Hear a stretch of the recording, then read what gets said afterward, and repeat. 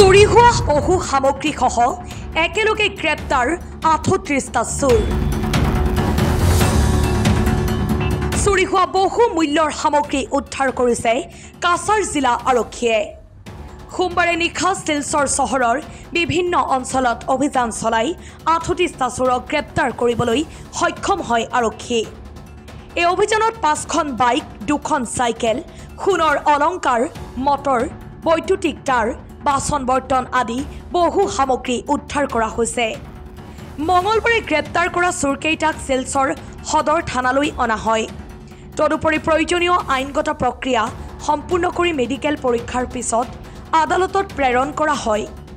আদালতৰ নিৰ্দেশ অনুসৰি সকলোকেই জেইল হাজতলৈ প্ৰেৰণ কৰা হয়। এই সম্পৰ্কত কথা পাতি কাছাৰ জিলা আৰক্ষী অধীক্ষক নুমাল মাহাতোৱে সাংবাদিকসকলক জনায় যে চুৰি আৰু অসামাজিক কাৰ্যকলাপৰ বিৰুদ্ধে আৰক্ষীৰ অভিযান অব্যাহত থাকিব। জনতাৰ সুৰক্ষাৰ বাবে আমাৰ প্ৰতিশ্ৰুতি দৃঢ়।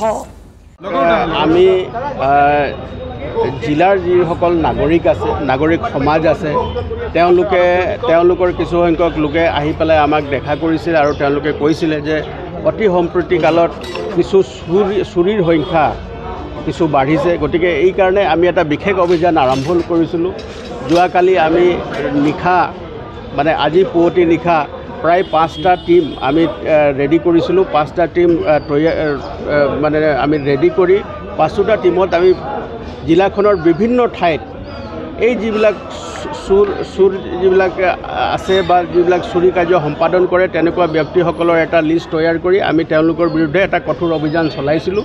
আৰু অভিযান কালত গোটেই নিশাই আমাৰ এই অভিযান চলিছিলে আৰু অভিযান কালত জিলাখনৰ সকলো আমাৰ বিষয়া আৰু পুলিচ কৰ্মী ইয়াত নিয়োজিত হৈ আছিলে। আৰু ইয়াৰ লগতে গোটেই ৰাতিৰ ভিতৰত আমি ৩৮টা চুৰ, বাইক লিফ্টাৰ আছে, ইলেক্ট্ৰিক বস্তু চুৰ কৰা আছে আৰু বাচন বৰ্তন চুৰ কৰা এনেকুৱা ব্যক্তি আছে। সকলোবিলাকক মিলাই আমি ৩৮জন চুৰ আমি ধৰিবলৈ সক্ষম হ'লোঁ। আৰু তেওঁলোকৰ পৰা আমি বৃহৎ পৰিমাণৰ সামগ্ৰী, চুৰি সামগ্ৰী আমি জব্দ কৰিবলৈ। চুৰি সামগ্ৰীবিলাকৰ ভিতৰত আপুনি দেখিব প্ৰেছাৰ কুকাৰ আছে, তাৰপাছত 3টা বাইক আছে, তাৰপাছতে আপুনি দেখিব যে বেটাৰী আছে, তাৰপাছত টিভি আছে। এনেকুৱা কৰি বিভিন্ন সামগ্ৰী, বৃহৎ পৰিমাণৰ সামগ্ৰী আমি মটৰ আছে, আমাৰ ফেন আছে, এনেকুৱা কৰি বৃহৎ পৰিমাণৰ সামগ্ৰী আমি জব্দ কৰিবলৈ সক্ষম হ'লোঁ। আৰু ইয়াৰ লগতে এই যিসকল চুৰ বা চুৰি কাৰ্য সম্পাদন কৰা ব্যক্তি তেওঁলোকে জড়িত হৈ আছে, ইয়াৰ বহুত সংখ্যক লোক ইয়াৰ বহুত সংখ্যক লোকৰ ভিতৰত কিছু লোক আছে যিসকলে তেওঁলোকক আমি ইতিমধ্যে চিকিৎসাৰ কাৰণে পঠাইছোঁ। আৰু তাৰ লগতে যিখিনি জব্দকৃত সামগ্ৰী আছে এই সামগ্ৰীখিনি আমি আইনমতে যিখিনি কৰিব লাগে সেইখিনি কৰিবলৈ আমি ইতিমধ্যে তৎপৰ হৈ আছোঁ। আৰু তাৰ লগতে এই ৩৮জন যিজন ব্যক্তিক আমি চুৰ কৰিলোঁ, তেওঁলোকে ৩৮জন ব্যক্তি যিসকল এই চুৰি কাৰ্য সম্পাদন কৰাত তেওঁলোকে জড়িত হৈ আছে আৰু তেওঁলোকৰ পৰা যি সামগ্ৰী আমি লাভ কৰিছোঁ, বহুত এইসকলৰ ভিতৰত এজন আছে ৱাহিদ আলী মিশ্ৰা, ৰহন লস্কৰ, দুলাল দাস, কৃষ্ণ দাস, ফাইজুৰ ৰহমান, ৰঞ্জু দাস, শ্বৰীফ লস্কৰ, মাছুমুদ্দিন, শ্বাহৰুখ আহমেদ বৰভূঞা, তাৰপাছতে আপোনাৰ মুমিন লস্কৰ, আবিদুৰ ৰহমান লস্কৰ, ইৰফান খান, পিনাক ৰয়, ইমানুল লস্কৰ আদিকে কৰি আমাৰ বাইক লিফ্টাৰৰ পৰা লৈ আপোনাৰ বেটাৰী চুৰ, ইলেক্ট্ৰিকৰ সামগ্ৰী চুৰ কৰা, এই সকলোবিলাক মিলাই ৩৮জন চোৰক আমি যোৱা নিশা ধৰিবলৈ সক্ষম হ'লোঁ। আৰু আমি কাছাৰবাসীৰ যি নাগৰিক সমাজ আছে, তেওঁলোকৰ যি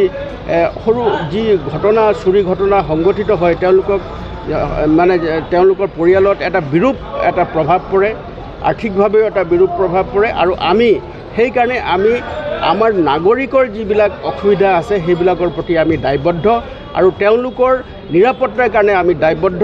আৰু তেওঁলোকৰ বিৰুদ্ধে যি চুৰি কাৰ্য সম্পাদন কৰিছে তেওঁলোকৰ বিৰুদ্ধে আমি কঠোৰতম আইনগত ব্যৱস্থা ল'বৰ কাৰণে আমি তৎপৰ হৈ আছোঁ। আৰু ইতিমধ্যে তেওঁলোকক যি চুৰি কাৰ্য সম্পাদন কৰা লোকসকলক আমি আদালতলৈ প্ৰেৰণ কৰিছোঁ তেওঁলোকক আমি আকৌ কাষ্টডিত আনিম সোধপোছ কৰিম আৰু আমি আশা কৰিছোঁ তেওঁলোকৰ পৰাও আমি আৰু বৃহৎ পৰিমাণৰ সামগ্ৰী আমি জব্দ কৰিবলৈ সক্ষম হ'ম শিলচৰৰ পৰা ৰমিজউদ্দিন লস্কৰৰ ৰিপৰ্ট অসম টাইম।